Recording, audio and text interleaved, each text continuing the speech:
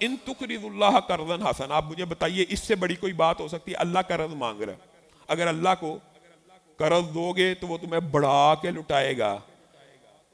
اللہ کہہ رہا ہے کہ مجھے قرضہ دو میں تمہیں بڑھا کر لٹاؤں گا، اللہ کہہ رہا ہے۔ اللہ جھوٹ بول رہا ہے کہ سچ بول رہا ہے؟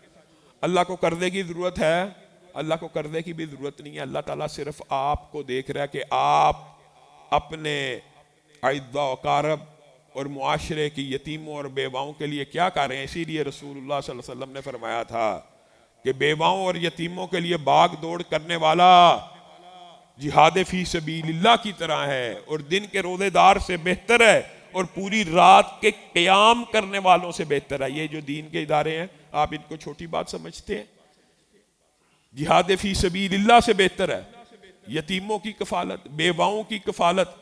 یہ دین کے ادارے، یہاں پہ مراکز میں یتیم بچے پڑھتے ہیں، یہاں پہ متعدد لوگوں کا رزق حلال لگتا ہے، یہ حفظ کرتے ہیں بچے۔ ایک بچہ بھی اگر اچھا قاری بن جائے اس کے سینکڑوں شاگرد پیدا ہوتے ہیں، پھر سینکڑوں شاگرد، پھر سینکڑوں شاگرد، صدقہ جاری ہے۔ جو اللہ کے راستے میں ایک مسجد بناتا ہے اللہ تعالیٰ اس کے لیے جنت میں ایک گھر بنا دیتے ہیں۔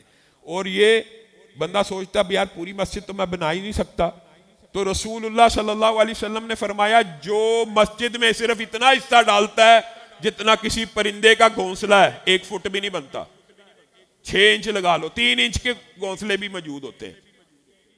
ایک مسلح کا جو سائز وہ 8 سکوائر فٹ ہوتا ہے، 2x4 8 سکوائر فٹ۔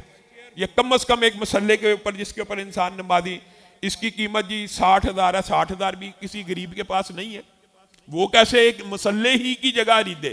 تو رسول اللہ صلی اللہ علیہ وسلم نے فرمایا ایک پرندے کے گھونسلے کے برابر جگہ بھی جس نے مسجد میں ڈال دی اس کے لیے بھی جنت میں گھر بنے گا، اور رسول اللہ کا وعدہ سچا ہے۔